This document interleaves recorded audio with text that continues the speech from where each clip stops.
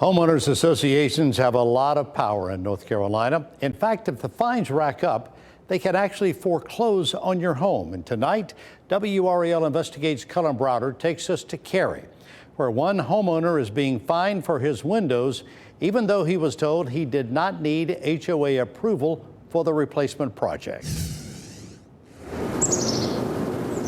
They started fining me $50 a day. That's the punishment Cary homeowner Andy Cheng faces, $50 a day because of his windows. It was not in the ARC, it was not in the guideline, it was newly added last year. That HOA rule change came 18 months after he installed the windows. Part of the problem here is Cheng reached out to the management company to determine if he needed HOA approval to install these new windows. And he received this email saying as long as he didn't change the frame or the trim, no approval is necessary.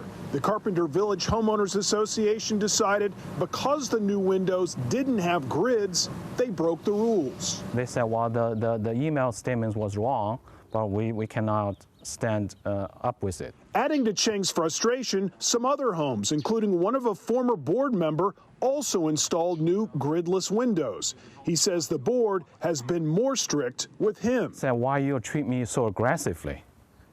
Different from all other homeowners. I think I have reasonable doubt the race is the driving factor unless a convincing explanation from the HOA can be provided. Cheng hired attorneys and filed this lawsuit back in January alleging violations of the Fair Housing Act, which protects against discrimination. The complaint also asked the court to tell the HOA to stop enforcing any window grid requirements against the Chengs and from fining and possibly foreclosing on their house. For me, it's not about the money, it's not about the window, it's about the principle. Lawyers for the management company responded to Cheng, writing, quote, contrary to any suggestions in your letter, we do believe architectural control provisions in the declaration would encompass changes to the style of windows, which are plainly visible from the outside. While Cheng says he's not opposed to HOAs in general. If they do the things legally, follow the rule, follow the guideline, treat everybody the same, I'm fine with that. But not fine with the actions of his neighborhood's HOA. So we cannot let this kind of power abuse to continue.